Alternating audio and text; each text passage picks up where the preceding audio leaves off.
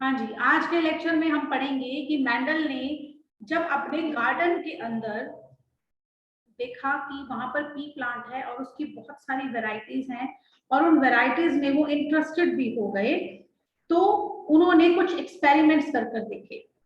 Experiments क्या किए उन्होंने उन्होंने सभी के सभी जो पी प्लांट थे उनके जो कंट्रास्टिंग ट्रेट थे उनमें से 34 पेयर्स को चूज किया। कंट्रास्टिंग ट्रेट 7 मैंने आपको जो है लास्ट लेक्चर में बताए थे। तो 34 इनिशियली मेंडल ने पहले चूज किए थे, जैसे कि स्टेम की हाइट क्या है, पॉड का कलर क्या है, पॉड की शेप कैसी है, ये सब कैरेक्टर्स जो है मेंडल ने चूज किए। लेकिन उसके बाद 34 में से उन्होंने कहा कि नहीं, अब मुझे 24 पेयर पर ही अपना रिसर्च आगे करना है। एंड फाइनली जो उनकी रिसर्च थी वो थी 7 पेयर्स जो कंट्रास्टिंग ट्रेड्स थे उन पर। तो अब मेंडल ने जब ये 7 पेयर्स पर अपने एक्सपेरिमेंट्स किए, वो एक्सपेरिमेंट्स हमने करा दो फॉर्म में थे। अगर एक कैरेक्टर को लेकर किया तो उसे उन्होंने नाम दिया मोनोहाइब्रिड क्रॉस, और जब उन्होंने दो कैरेक्टर्स को एक साथ स्टडी किया तो नाम दिया डाइहाइब्रिड क्रॉस। एक को स्टडी कर जो उन्होंने एक ही कैरेक्टर की इनहेरिटेंस के पैटर्न को जब स्टडी किया गार्डन पी पर, पाइसम सटाइलम पर, तो उन्होंने दो लॉज बनाए, लॉ ऑफ डोमिनेंस और दूसरा बनाया लॉ ऑफ सेग्रीगेशन। और डाइहाइब्रिड क्रॉस से तीसरा लॉ मेंडल ने अपना बनाया, that is law of independent assortment. आज के लेक्चर में हम स्टार्ट करेंगे with law of dominance.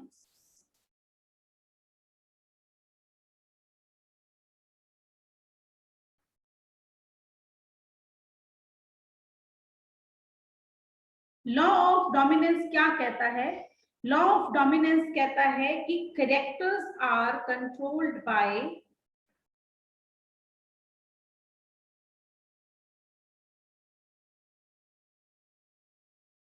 discrete units called factors। ये मेंडल ने ढूंढ निकाला था। मेंडल ने कहा कि हमारे करेक्टर्स, यानी कि कोई भी करेक्टर हो, एक्सटर्नल है इंटरनल है हमारी बॉडी का, हालांकि उन्होंने सारी बात जो है वो पी प्लांट पर ही अप्लाई करते हुए बात करी थी कि जो भी करेक्टर है इंटरनल है चाहे वो एक्सटर्नल है, वो सबको कौन कंट्रोल करता है कि स्टेम की हाइट कैसी होगी, पॉड का कलर कैसा होगा, पॉड की शेप कैसी होगी, ये सब कंट्रोल करते हैं कुछ डिस्क्रीट यूनिट्स, कुछ ऐसी इकाइयां हैं, कुछ ऐसे स्ट्रक्चर्स हैं हमारे अंदर जो इस हेरिडिटरी के पैटर्न को कंट्रोल करते हैं। और उन्होंने इसको नाम क्या दिया? इसको नाम दिया फैक्टर्स। दूसरा पॉइंट उन्होंने कहा कि these factors occur in pair, कि ये फैक्टर्स जो है वो पेयर में होते हैं। पेयर में कैसे होते हैं? इन the form of contrasting traits. Contrasting मतलब पेयर में होते हैं कैसे? अगर तो चलो हम स्टेम की हाइट का ही एग्जांपल लेते हैं कि पी प्लांट में स्टेम की हाइट क्या हो सकती है, या टॉल प्लांट हो सकता है या वो ड्वार्फ हो सकता है, यानी कि एक लंबा प्लांट और एक छोटा प्लांट। ठीक है, तो ये दोनों कैरेक्टर्स क्या है? They both are contrasting. ठीक है, अब इसके अंदर टॉलनेस वाला जो कैरेक्टर है, इसके अंदर जो फैक्टर्स होंगे वो पेयर में होंगे। तो पेयर में कैसे हो सकते हैं? या तो दोनों ही डोमिनेंट या दोनों ही रिसेसिव। ठीक है, तो ड्वार्फ बन जाएगा, या एक डोमिनेंट और एक रिसेसिव। ये तीन ही ऑप्शंस हो सकती हैं टॉल और ड्वार्फ बनने के लिए।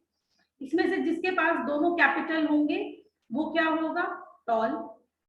एक कैपिटल होगा वो भी टॉल, यानी कि एक डोमिनेंट होगा, दोनों डोमिनेंट तो भी टॉल, एक डोमिनेंट फैक्टर होगा तो भी वो टॉल, और दोनों ही जो रिसेसिव होंगे तो वो क्या बन जाएगा? एक ड्वार्फ। अब इसको प्रूव करने के लिए मेंडल ने क्या करा? मेंडल ने क्रॉस बनाया। क्रॉस कैसे बनाया मेंडल ने? एक उसने लिया टॉल पी प्लांट,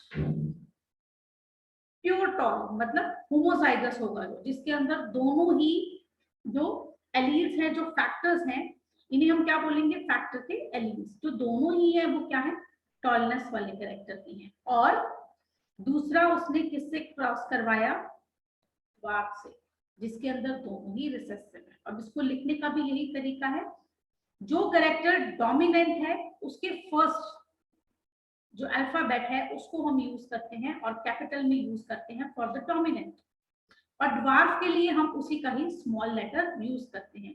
जो कैरेक्टर डोमिनेंट था उसका हम स्मॉल लेटर यूज करते हैं फॉर द ड्वार्फ, यानी कि ड्वार्फ के लिए हम स्मॉल डी नहीं यूज करेंगे, क्योंकि टॉल वाला कैरेक्टर डोमिनेंट है तो हम स्मॉल टी यूज करेंगे। अब इन दोनों को जब क्रॉस करवाया तो दोनों के गैमीट्स बनेंगे। मान लो टॉल वाला जो है वो फादर है और ड्वार्फ वाली जो मदर है, दीज आर पेरेंट्स। तो दोनों के गैमीट्स बनेंगे। गैमीट्स बनने के टाइम पे क्या होता है, मियोसिस। तो ये आप हो जाएंगे, ये दोनों के गैमीट्स कैपिटल टी और एग के दोनों स्मॉल टी वाले एग बनेंगे। अब इनका अगर देखो क्या क्या कॉम्बिनेशन हो सकता है, कि अगर इन दोनों प्लांट्स की पॉलिनेशन कराएं, यानी कि इसके पॉलन ग्रेन्स और इसके एग को हम आपस में फर्टिलाइज कराएं, तो क्या रिजल्ट आएगा। ये हमारे पास एग्स हैं स्मॉल टी वाले और ये हमारे पास पॉलन ग्रेन है इस तरह के मेल गैमीट वाले।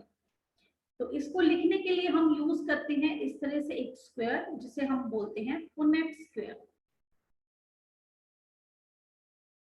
नॉर्मली हम ऐसा भी शो कर सकते हैं कि ये वाला टी इस टी के साथ भी मिल सकता है, ये वाला टी इस टी के साथ भी मिल सकता है। इस तरह से अगर हम क्रॉस बनाते हैं तो कहीं ना कहीं गलती होने के हमारे चांसेस बन सकते हैं। तो इससे बचने के लिए पुनेट एक साइंटिस्ट थे जिन्होंने पुनेट स्क्वायर के बारे में बताया कि क्यों ना एक स्क्वायर बनाकर हम इस तरह से एक तरफ इसके मेल गैमीट्स को लिख दें और एक तरफ हम लिख दें फीमेल के गैमीट्स को। और अब ये वाला ब्लॉक जो है इसमें ये दोनों है गैमीट्स, तो इस हिसाब से हम इसका गेस करते रहें कि क्या क्या अगली जनरेशन में कॉम्बिनेशन बन सकते हैं। ये मेल गैमीट, ये फीमेल गैमीट, दोनों को मिलकर ये बन गए जायगोट। तो 4 तरह के जायगोट पॉसिबल हैं, चारों ही एक तरह के, कैपिटल टी स्मॉल टी, एक डोमिनेंट एक रिसेसिव, यानी कि 50% फादर ने कंट्रीब्यूट किया और 50% किसने कंट्रीब्यूट किया, मदर ने। ठीक है, लेकिन ये प्लांट जो है बाहर से दिखने में कैसा दिखेगा, टॉल ही दिखेगा, क्योंकि इसके पास क्या है, एक डोमिनेंट ट्रेट है, एक एलील डोमिनेंट है, तो ये टॉल ही दिखेगा। रिसेसिव क्योंकि अकेला होते हुए अपने आप को शो नहीं करता, ये रिसेसिव कब शो करेगा, जब 2 रिसेसिव एक साथ मिलेंगे तब कोई ड्वार्फ बन सकता है। अगर दोनों ही डोमिनेंट हो तो पक्का ये डोमिनेंट ही होगा। अगर एक भी डोमिनेंट एलील हो तो भी डोमिनेंट एलील ही अपना कैरेक्टर शो करेगा, यानी कि बाहर से दिखने में ये प्लांट अब कैसे दिखे, सारे के सारे टॉल। तो मेंडल ने जब एक टॉल प्लांट को ड्वार्फ के साथ क्रॉस करवाया, हाइब्रिड बनवाया, तो F1 जनरेशन, फर्स्ट जनरेशन में कौन आए, सभी के सभी टॉल। अब उसने सोचा कि ये जो बाहर से दिखने वाले टॉल हैं सारे प्लांट्स, तो अब माइक्रोस्कोप तो उस टाइम पे थे नहीं, उसको क्या मालूम कि अंदर से एलील्स कैसे हैं, डोमिनेंट है रिसेसिव है, ये मेंडल को नहीं मालूम था। ये जो हमने क्रॉस बना रहे हैं ये आज हम इतनी सारी जेनेटिक्स में रिसर्च होने के बाद बना पा रहे हैं, मेंडल को ये चीज नहीं मालूम थी। तो मेंडल ने देखा कि मैंने जब एक टॉल को ड्वार्फ के साथ जब मैंने क्रॉस करवाया तो F1 जनरेशन में सब के सब टॉल बने। यस गौरव? मैम एलील क्या होता है? हाँ, एलील ये जो मैं बता रही हूँ कि मेंडल का जो लॉ था वो क्या कहता है, फैक्टर्स अकर इन पेयर। तो जो ये पेयर में बैठे हैं ये दोनों क्या है, एलील्स। ये एक एलील, ये दूसरा एलील। ठीक है, अगर इसके देखेंगे तो इसके ये 2 एलील्स हैं और इसके ये 2 एलील्स हैं। क्लियर? Yes ma'am. ठीक है, तो अब उसने सोचा, थर्ड स्टेप जो था उसका, उसने ये सोचा कि क्यों ना इसकी सेल्फ पॉलिनेशन कराई जाए। सेल्फ पॉलिनेशन मींस कि यही मेल और यही फीमेल, यानी कि एक ही फ्लावर के स्टिग्मा के ऊपर ये अंदर एग है और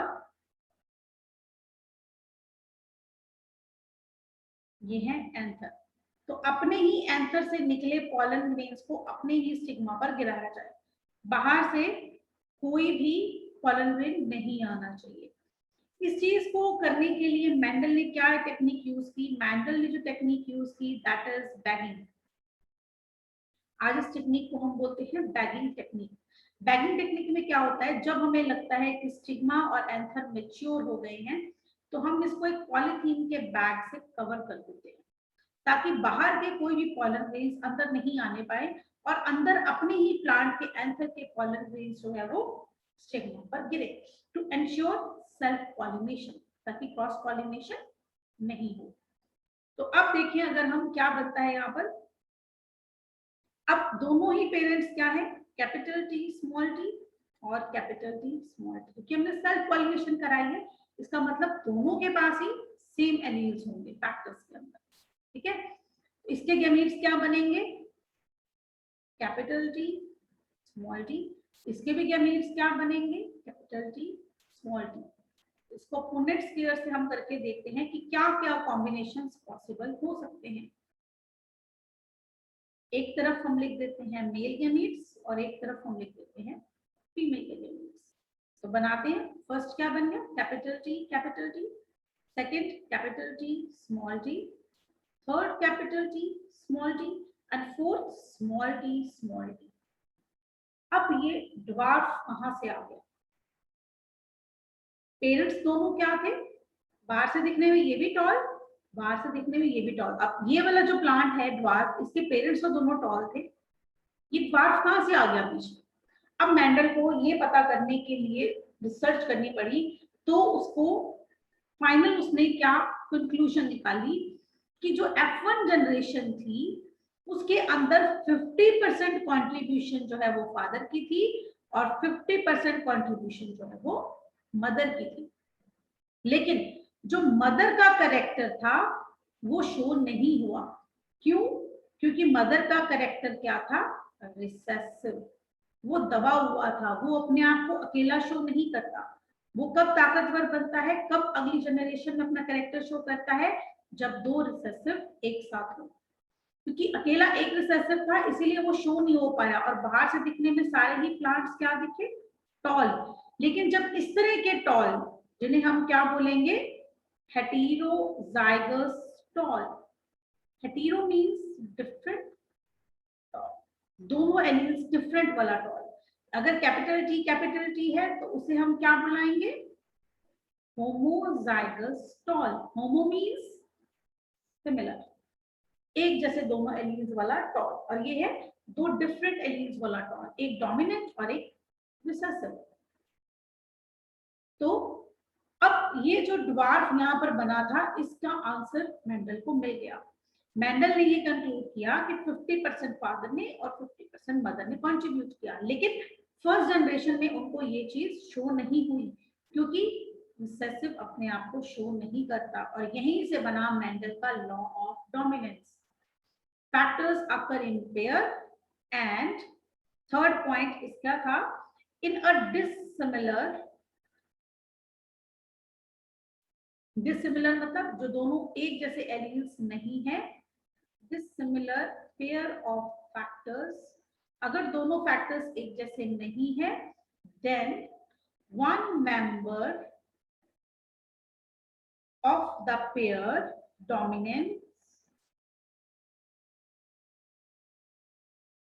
dominates over recessive। जब ये कंडीशन आएगी कि दोनों फैक्टर्स जो कि पेयर में आ रहे हैं दोनों एक जैसे नहीं है, तो दोनों में से एक डोमिनेंट रहेगा और एक रिसेसिव रहेगा, एक अपना कैरेक्टर शो होगा। अगर ऐसा नहीं होता तो एक बहुत बड़ी कंफ्यूजन क्रिएट हो जाएगी, कौन करे, ये तो लड़ाई होगी दोनों एलील्स में कि टॉल बनाऊं या ड्वार्फ बनाऊं ऑर्गेनिज्म। तो इसका कोई ना कोई रूल तो होना ही चाहिए था। वो रूल क्या है, लॉ ऑफ डोमिनेंस। ये फिक्स्ड है पी प्लांट में कि अगर टॉलनेस वाला कैरेक्टर होगा तो टॉलनेस आएगी ही आएगी, चाहे दूसरा वाला एलील ड्वार्फनेस वाला क्यों ना हो। And this is law of dominance. तो मेंडल को आंसर मिल गया कि यहाँ पर एक ड्वार्फ क्यों आया था। अगर हम सिंपल भाषा में इसको समझना चाहें तो पेरेंट्स जो हैं, मान लो किसी के पेरेंट्स हैं टॉल, फादर टॉल हैं and mother is short heighted dwarf, तो उनके बच्चे सारे क्या बने, टॉल। लेकिन इन बच्चों के आगे जब बच्चे हुए तो क्या हुआ, 3 टॉल बने और एक बना ड्वार्फ। तो ये ड्वार्फ एक क्यों आया, इसके पेरेंट्स तो दोनों टॉल थे, हालांकि समझ लो तो इसके ग्रैंड पेरेंट्स, दादा दादी, दादी एक ड्वार्फ थी लेकिन मदर तो टॉल ही थी, फिर ये ड्वार्फ कैसे बन गया।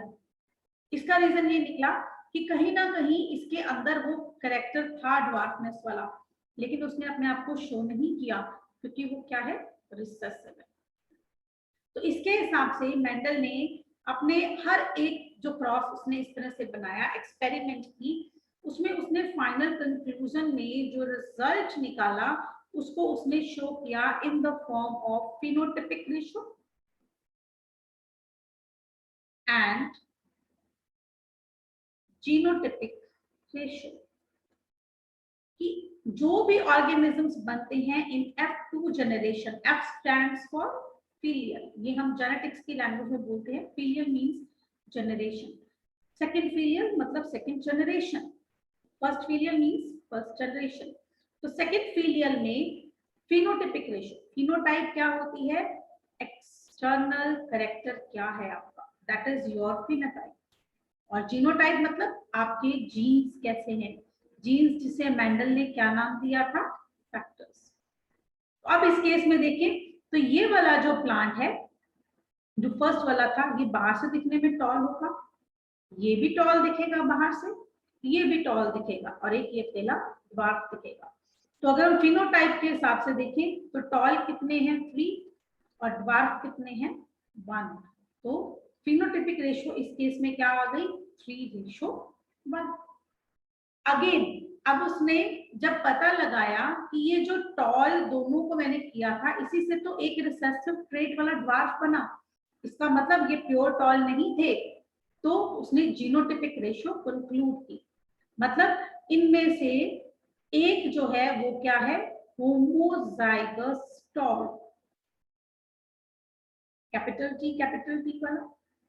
दो जो है वो क्या है, हेटेरोजाइगस टॉल, यानी कि कैपिटल टी स्मॉल टी, और एक क्या है, homozygous for recessive trait, that is dwarf, 1 is dwarf. तो 1:1 रेशो आ गई उसकी जीनोटाइपिक रेशो, और फिनोटाइपिक रेशो क्या आई, 3:1। तो मेंडल ने कंक्लूड किया मोनोहाइब्रिड, यानी कि एक कैरेक्टर को देखते हुए, स्टडी करते हुए कंक्लूड किया law of dominance, which states that characters are controlled by discrete units called factors and these factors occur in pair। ऐसा कोई भी नहीं होता कि उसके पास सिर्फ कैपिटल टी हो या स्मॉल टी हो, ठीक है, 3 कॉम्बिनेशन हो सकते हैं, capital T capital T, capital T small T, और small T small T. Clear है इतना बेटा, लॉ ऑफ डोमिनेंस समझ में आ गया है? Yes ma'am. किसी को कोई डाउट?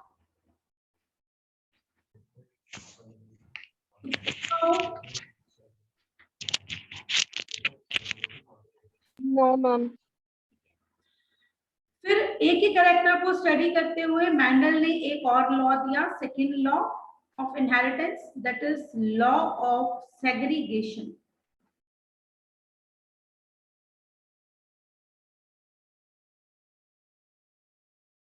सेग्रीगेशन मतलब सेपरेट होना, ठीक है, सेग्रीगेशन का मतलब होता है सेपरेट होना। लॉ ऑफ सेग्रीगेशन क्या कहता है, इट स्टेट्स दैट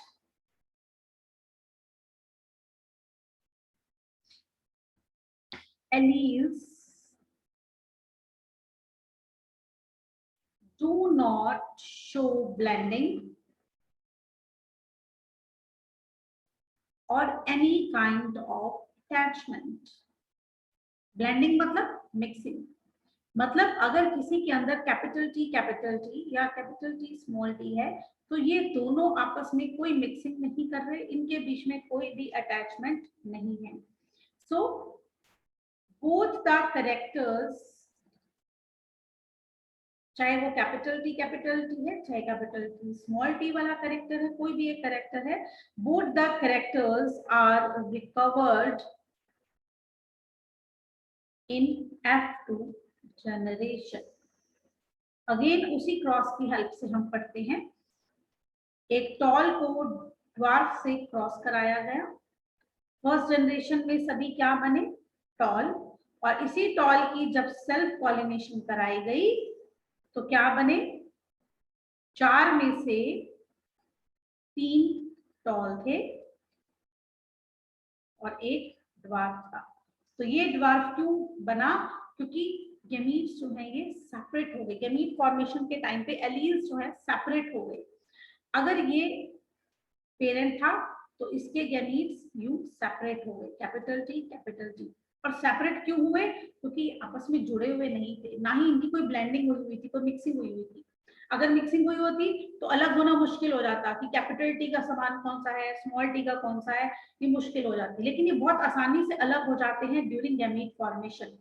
और F2 जनरेशन में जो पेरेंट्स वाला कैरेक्टर है वो वापस शो हो जाता है। This is law of segregation. Again इसमें फिनोटिपिक रेशियो सेम आएगी, वही 3:1 टॉल रेशियो ड्वार्फ। अगर हम सिर्फ बाहर की लुक्स को मैटर करें तो फिनोटिपिक रेशियो, और अगर हम इंटरनल देखें कि इंटरनली क्या है तो जीनोटिपिक रेशियो वही 1 homozygous tall, 1 2 heterozygous tall and 1 recessive, 1:1 ratio. Again law of segregation में भी यही रेशियो आई और ये शो करती है, एक ड्वार्फ का होना यहाँ पर शो करता है कि जब गैमीट बने तो ये दोनों एलील्स सेपरेट हो गए। और ये सेपरेट आसानी से इसीलिए हो पाए because they do not show any blending. ये मेंडल का कहना था। क्लियर है सेकेंड लॉ? Yes, ma'am. ठीक है। Yes, ma'am. अब एक एक कैरेक्टर को स्टडी करके मेंडल ने जब ये 2 लॉज बना दिए, बार बार जब यही रिजल्ट आया तो मेंडल ने सोचा कि अब ये बात तो पक्की हो गई है कि 2 में से एक एलील डोमिनेंट होता है, और दूसरी बात भी पक्की हो गई कि दोनों एलील्स एक दूसरे साथ मिक्स नहीं होते। गैमीट बनाने के टाइम कोई किसी भी गैमीट के अंदर जा सकता है, सेपरेट हो जाते हैं। तो उसने सोचा कि चलो अब 2 कैरेक्टर्स को लेकर स्टडी किया जाए। तो उसने 2 कैरेक्टर्स जो स्टडी किए वो थे सीड का शेप राउंड एंड कॉटिलेडन का colour that is yellow. Round जो है वो डोमिनेंट है ओवर रिंकल्ड, और येलो जो है डोमिनेंट ओवर ग्रीन। सीड का जो शेप है राउंड तो कैपिटल आर होगा, रिसेसिव है रिंकल्ड, इस तरह से टेढ़े मेढ़े से बीच हो मटर के। तो रिंकल्ड को हम कैसे लिखेंगे? Small are. येलो जो अंदर इसके कॉटिलेडन होगा उसका कलर येलो है तो वो डोमिनेंट है, और इसके कॉटिलेडन का कलर अगर ग्रीन है तो वो रिसेसिव है। ठीक है। तो येलो के लिए कि येलो डोमिनेंट है तो हम कैपिटल वाई यूज करेंगे, और ग्रीन के लिए हम यूज करेंगे स्मॉल वाई। अब मेंडल ने 2 कैरेक्टर्स को एक साथ स्टडी करना है। कौन से 2 कैरेक्टर है? सीड का कलर और सीड की शेप और कॉटिलेडन का कलर। अब उसने कहा दोनों को एक साथ में करके देखता हूं तो क्या होना चाहिए। अब इसमें क्या गैमीट्स बनने चाहिए? जैसे हमने कैपिटल टी में क्या था कि दोनों अलग हो गए, सेग्रीगेशन तो होगी। अब इनकी भी सेग्रीगेशन होगी, ये सारे गैमीट्स भी अलग अलग में, एलील्स भी सारे अलग अलग गैमीट्स में पहुंच जाएंगे। कैसे होगी ये सेग्रीगेशन? 2 ऑप्शन देती हूँ, मुझे आप बताना। एक तरह से सेग्रीगेशन ये हो सकती है R R Y Y and R R small Y. क्या इस तरह से ये होंगे separate? Please raise your hands. जैसे मैंने लिखा है क्या इस तरह से गैमीट्स बनने चाहिए? यस अवनीत, धीरज, कार्तिक,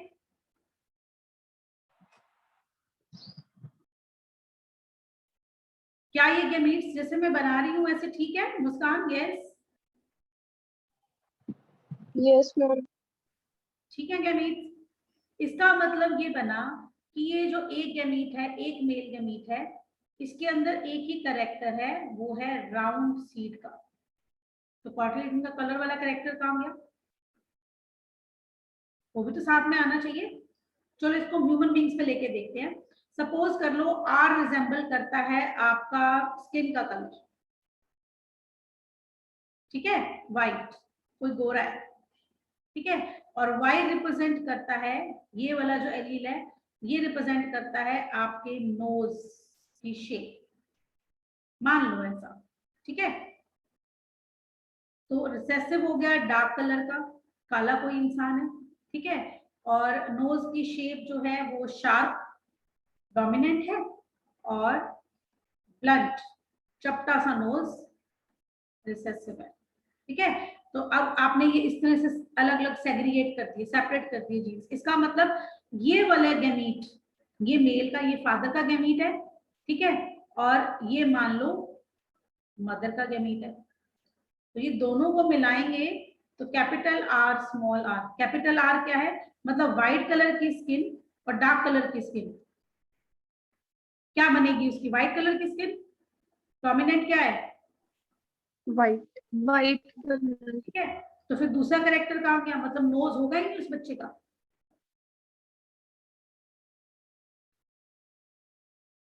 मतलब एक बच्चे के अंदर ऐसा हो सकता है, जब मान लो इनके ये पेरेंट्स हैं, इनका जब बेबी होने वाला है तो हमारे पास चार ऑप्शन है, या तो उसका रंग आएगा या उसका नोज होगा। तो ऐसा तो नहीं होता, हमारे अंदर तो लाखों करेक्टर्स आते हैं, सभी एक साथ ही आते हैं। मैम नोज सही रहेगा। नोज का करेक्टर तो आया ही नहीं, गैमीट तो आर वाला ही है सिर्फ, मैंने कहा कैपिटल आर स्मॉल आर ही आया है, वाई तो आया ही नहीं कहीं यहाँ पर। तो ये इस तरह से तरीका गलत है। इनके गैमीट्स कैसे बनेंगे? मैम 1/4 आएगा शायद। बनाती हूँ मैं भी, रुको। Ma'am R R Y Y एक साथ आएंगे। यस, आर आर और वाई वाई एक साथ आएंगे। ऐसे ही अगर आप अपनी बात करो खुद की, तो ऐसा थोड़ी होता है कि एक ही करेक्टर एट अ टाइम आया, हजारों करेक्टर, आई का कलर, स्किन का कलर, स्किन की शेप, नोज की शेप, हाइट, हर चीज, बाल कर्ली होंगे, स्ट्रेट होंगे, कैसे होंगे, हल्के होंगे, भारी होंगे, ब्राउन होंगे, ब्लैक होंगे, काउंटलेस, हर चीज इन एलील्स पर डिपेंडेंट है। और जब हम पेरेंट्स इनको इनहेरिट करते हैं तो एक साथ इनहेरिट करते हैं। मतलब अब ये गैमीट्स बनेंगे तो कैसे बनेंगे? इस तरह से, कैपिटल आर कैपिटल वाई। अगर इसको इसके साथ देखें तो कैपिटल आर कैपिटल वाई। चलो अब इसको और इसको करो तो भी क्या बन गया? Capital R capital Y. चारों में से किसी को भी आपस में मिलाकर देख लो, सभी गैमीट्स क्या बनते हैं? Capital R capital Y. चारों गैमीट्स यही बनेंगे। और इसके क्या बनेंगे? Small R small Y, small R small Y, small R small Y and small R small Y. This is the way to write the gametes. अकेले आर और Y नहीं आएंगे, इसका मतलब आपने एक ही कैरेक्टर लिया। इन दोनों में से, क्योंकि ये एक ही जीन के एलील हैं, तो ये दोनों सेग्रीगेट होंगे। ये एक दूसरा जीन है, एक दूसरा फैक्टर है, तो ये भी सेग्रीगेट होंगे, लेकिन दोनों इकट्ठे आएंगे एक ही जाएगा, एक ही गैमीट के अंदर। ये बात क्लियर हो गई? Yes yes. समझ आई ये बात सबको कि इसमें हमने yes ma'am. R R Y Y क्यों नहीं लिखा? क्योंकि वाई एक अलग है फैक्टर और दोनों एक साथ आएंगे। और ऐसे जब हमारे अंदर जेनेटिक्स काम करता है ना, इनहेरिटेंस होती है, तो ये आर वाई समझ लो कितनी बड़ी लाइन होती होगी, कितने सारे कैरेक्टर है हमारे अंदर, ठीक है। चलो अब इसको हम क्रॉस करके देखते हैं। अगर मान लो ये इसके साथ मिलता है, ये मान लो स्पर्म है, ये ओवम है, तो क्या बनेगा combination? Capital R small R capital Y small Y, यही बनेगा। Yes ma'am. Yes ma'am. Half हो गए थे ना गैमीट फॉर्मेशन में, लेकिन अब एक नया जायगोट कैसे बनेगा? दोनों को मिलाकर, स्पर्म और ओवम को। ओवम ये है, स्पर्म ये है। अब किसी का भी कॉम्बिनेशन देख लो, इसको इसके साथ देख लो, इसको इसके साथ देख लो, इसको इसके साथ देख लो, हमेशा हर तरफ से यही एक कॉम्बिनेशन बन पाता है। ठीक है, तो बाहर से दिखने में ये कैसे होंगे सीड्स, राउंड, और क्वार्टरलिडन क्या होगा, येलो। येलो। अगर एक भी डोमिनेंट हुआ तो वो ही अपना करेक्टर शो करेगा। रिसेसिव कब शो करेगा, जब दो एक साथ होंगे, लेकिन यहाँ पर एक ही डोमिनेंट है तो डोमिनेंट वाला ट्रेट शो होगा। Is it clear? Kartik, Chandan, Avneet, Dheeraj, Payal, Tanishka, clear है बेटा ये बात? मैम अगर मैम। तीन Yes, characters हो- मैम। हाँ Yes, ma'am. बेटे, Yes, ma'am. यस मैम अगर तीन कैरेक्टर्स हो, जैसे स्किन का और नोज का और आईज का, फिर कैसे बनेगा? फिर हम बनाएंगे। स्किन कलर ऐसे होता है, हमारा स्किन कलर 3 से होता है, ABC। बस आपके सिलेबस में यहाँ तक है, 10-10 का करना है तो जेनेटिक्स में आप जाकर आगे PhD करो। ठीक है, 3 एलिमेंट्स तक का हमारे सिलेबस में है, वो आगे करेंगे। अभी हम वो ज्यादा कॉम्प्लिकेटेड काम है, वो आगे चलेगा, अभी पहले इतना बेसिक समझ आए। ठीक है, 3 का होगा तो ये बन जाएगा AABBCC। टोटल कॉम्बिनेशन इससे बनेंगे 64। मैम पी का भी 3 हो सकता है ना? ये डोमिनेंट, ये रिसेसिव, इन दोनों को क्रॉस कराया, ये है ब्लैक नीग्रो और ये है एकदम व्हाइट अमेरिकन, ओके मैम। दोनों को क्रॉस कराओगे तो 64 तरह के स्किन टाइप्स बन सकते हैं। ये आगे करेंगे अभी हम। चलिए यहाँ पर एक बार हम पी प्लांट पर ही अभी रहते हैं, अभी मेंडल के बाद हम ह्यूमन बींग्स पे आएंगे, पहले मेंडल के कंसेप्ट क्लियर करेंगे। तो सारे क्या बन गए, राउंड येलो। अब अगला स्टेप मेंडल का क्या होता था, सेल्फ पॉलिनेशन, मतलब किसी को ही capital R small r capital Y small y को अपने ही प्लांट के साथ, जिसका भी जीनोटाइप सेम यही होगा, इसके साथ क्रॉस करवाया। अब गैमीट्स क्या बनेंगे, देखो R Y, क्योंकि एक राउंड में से लेना है हमने और एक येलो वाले में से लेना है, तो एक बार क्या कॉम्बिनेशन हो सकता है, कैपिटल R कैपिटल Y। दूसरा कॉम्बिनेशन क्या हो सकता है, कैपिटल R स्मॉल y। अब इसको लो स्मॉल r को पहले कैपिटल Y के साथ, फिर स्मॉल r को स्मॉल y के साथ। बस यही चारों कॉम्बिनेशन बन सकते हैं मैक्सिमम, देखो कुछ और तो नहीं बन सकता। No ma'am. अगर ये वाला इंडिविजुअल अपने गैमीट बनाएगा तो यही हो सकता है ना, राउंड और येलो वाले मैक्सिमम यही कॉम्बिनेशन कर सकते हैं। यही इधर भी होगा, फीमेल के साथ भी यही होगा क्योंकि सेम है।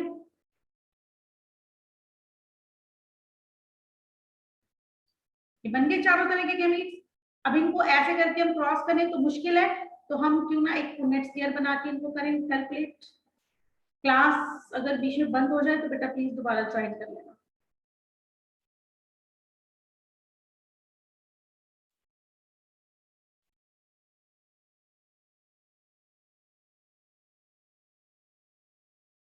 चलिए अब देखते हैं यहाँ पे गैमीट्स हम कैसे लिखेंगे। एक तरफ हम लिखेंगे मेल के गैमीट्स और एक तरफ हम लिखेंगे फीमेल के गैमीट्स। मेल के gametes capital R capital Y capital R small y small r capital Y small r small y। ऐसे ही फीमेल के भी है capital R capital Y capital R small y। मैं इसको जल्दी से खत्म करती हूँ, नहीं तो नेक्स्ट क्लास में मुझे फिर से सारा बनाना पड़ेगा। ठीक है, चलिए अब इसके कॉम्बिनेशंस देखते हैं क्या क्या बन गए। Capital R capital Y capital Y capital Y।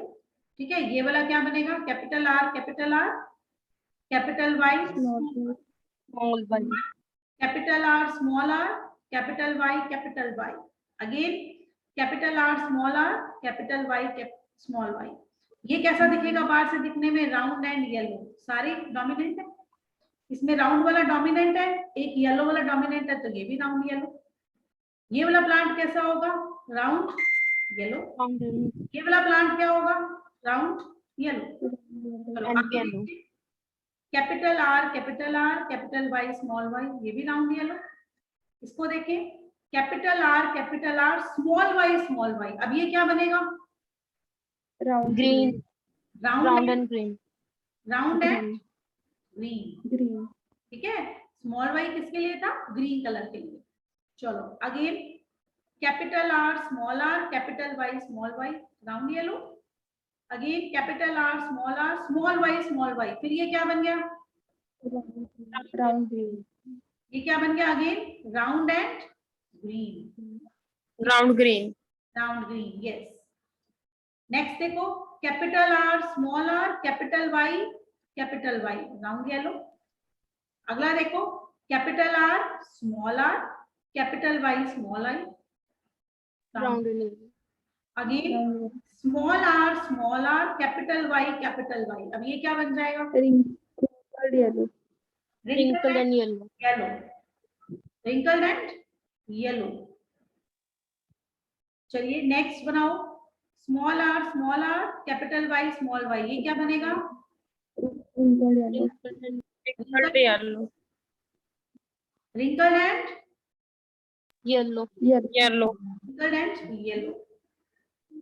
Next बनाओ, capital R, small R, capital Y, capital Y, capital R, small Y, क्या बन गया ये? Wrinkle, round and green, round green, round and green, green, yes, round and green. Next देखो, small R, capital Y, small Y, अब ये क्या बन गया? Wrinkled yellow, wrinkle and yellow. And last one क्या कॉम्बिनेशन है? Capital recessive, small R, small Y, क्या बन गया ये? Wrinkled green, wrinkle yellow, green, wrinkle and green, green, small Y yellow. Green, ठीक है, तो अब देखते हैं रिंकल येलो कितने हुए, काउंट करो, मेरे साथ काउंट करो। यहाँ पर देखिए कितने बन गए? 1 2 3 4 9, 6 7 8 एंड 9 क्या बन गए? Round yellow. हाँ जी, आगे नेक्स्ट क्या है? राउंड ग्रीन कितने हैं? 1 2 3, ठीक है। रिंकल येलो कितने हैं देखिए? 1 3, 3 रिंकल येलो। और रिसेसिव वाले रिंकल ग्रीन 1, ओनली 1। 1, मेंडल की जो 9 थी, जो पहले 2 लॉज में आई थी, क्या आई थी? 3:1। जब उसने मोनोहाइब्रिड एक कैरेक्टर को लेके किया था, अब 2 कैरेक्टर को लेके किया तो रेशो क्या आ गई? 9:3। 9, ठीक है, ये जो है कैरेक्टर क्या शो कर रहा है? Independent assortment. इंडिपेंडेंट असॉर्टमेंट मतलब 2 कैरेक्टर्स को लेकर, अब इससे क्या मेंडल ने जज किया? पेरेंट्स थे राउंड येलो और रिंकल्ड ग्रीन, बच्चे क्या क्या बन गए?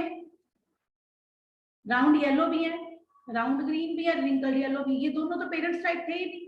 पेरेंट्स टाइप क्या थे? ये दोनों थे, है ना? यस, राउंड येलो और रिंकल्ड ग्रीन पेरेंट्स टाइप के दो नए तरह के कॉम्बिनेशन कैसे बन गए? ये तो पेरेंट्स थे ही नहीं ऐसे। ये चीज कहां से आई? इस चीज ने मेंडल को सोचने पे मजबूर किया और मेंडल ने फाइनल किया लॉ ऑफ इंडिपेंडेंट असॉर्टमेंट। मतलब मेंडल ने ये कहा कि जब गैमीट्स बनते हैं